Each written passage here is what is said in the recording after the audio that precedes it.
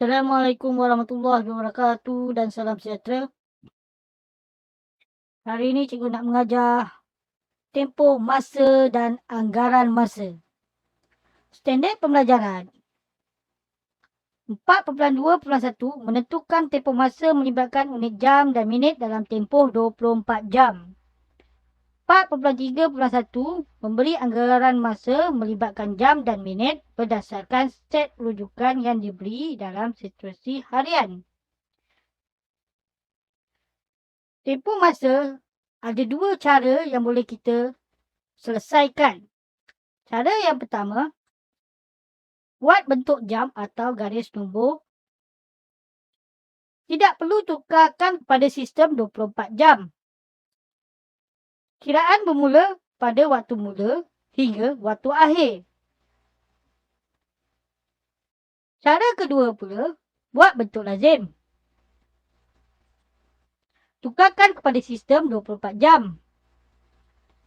Pengiraannya, masa akhir tolak masa mula. Seterusnya kita lihat contoh soalan. Contoh 1.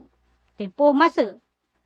Kami bermain bola dari pukul 10.05 pagi hingga 10.50 pagi.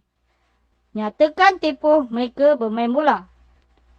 Mula pada pukul 10.05 pagi dan tamat pukul 10.50 pagi.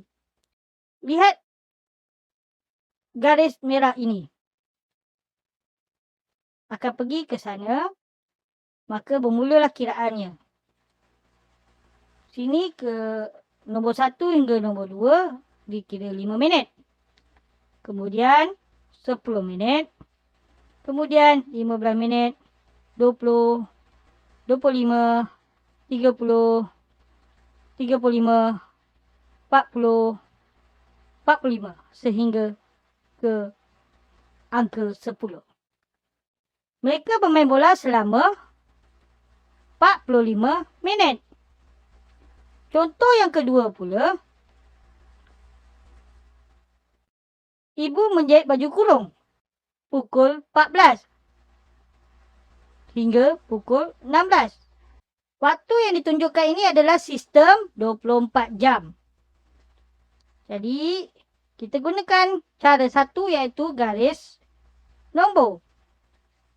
Bermula pada 14, kemudian gerak 1 jam hingga ke nombor berapa?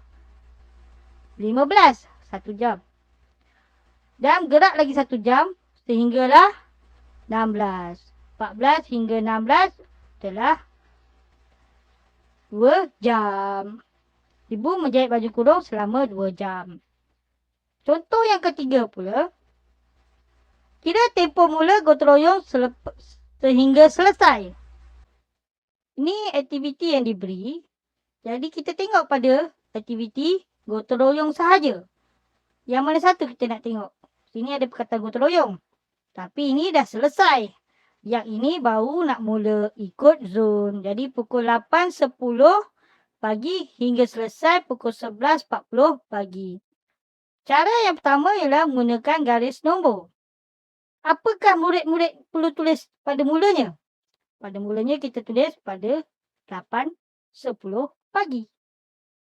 Kemudian kita nak gerakkan sampai pukul 11.40, kita kira sejam-sejam.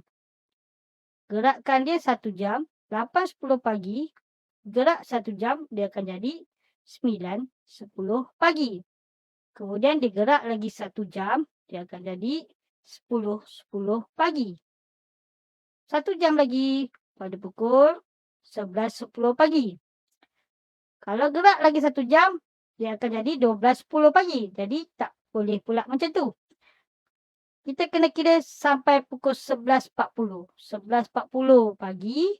Jadi berapa lagi tempohnya? Berapa lagi tempoh yang ada? Iaitu 30 minit. Itu cara yang pertama. Cara yang kedua pula, kita tulis waktu dia, iaitu waktu akhir, masa terakhirnya. pukul 11.40. 11 dekat jam, 40 dekat minit. Kemudian masa mula iaitu pukul 8.10. Dan kita tolak. 40 tolak 10 akan jadi 30. 11 tolak 8 akan jadi 3.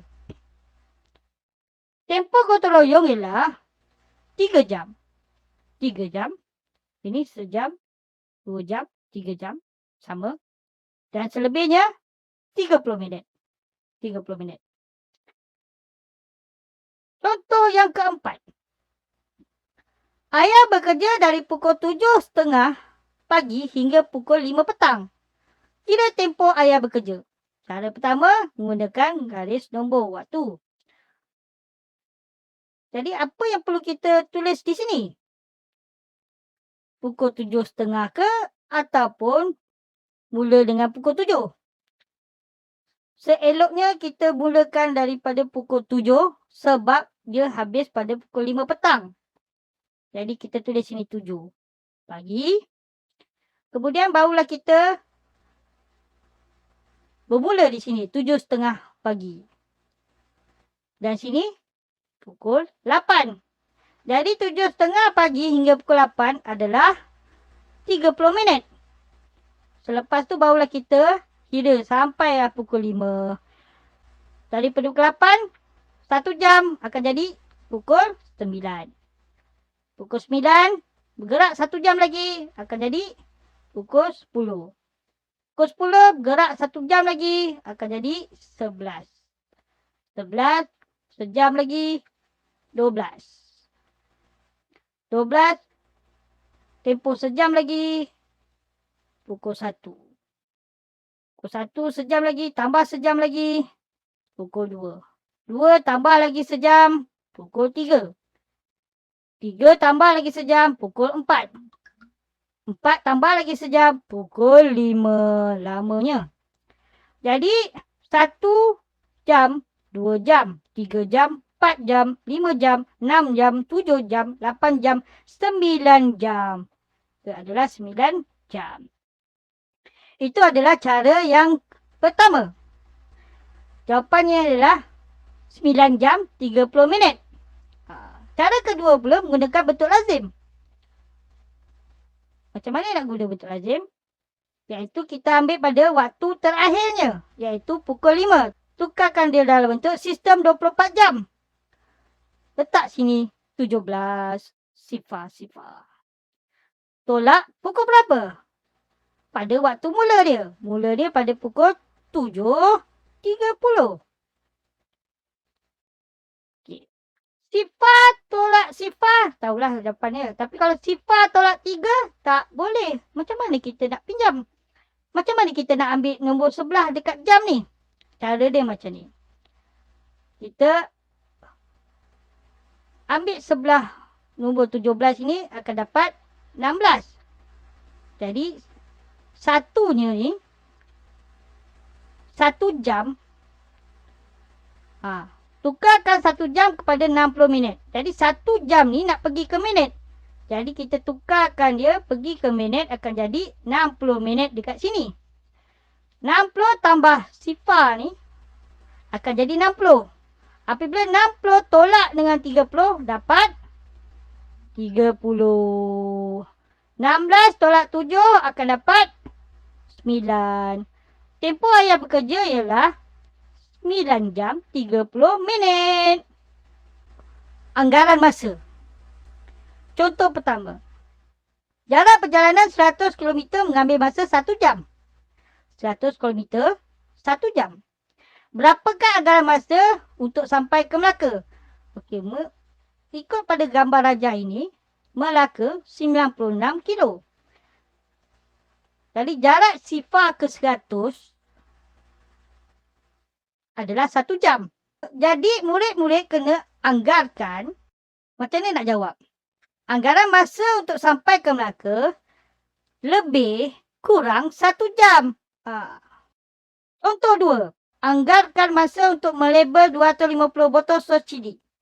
Okey, yang ni dia panjang ni, ni memang dalam buku teks dah ada. Tapi cikgu nak terangkan secara detail.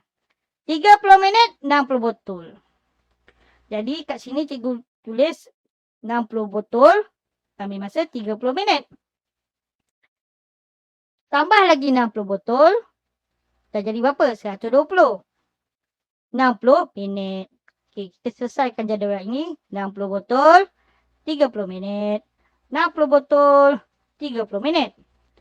Kalau kita jumlahkan semua ni, baru 240 botol. Ada lebih lagi 10. Jadi kita letak sini 10. Selebihnya kat sini 50.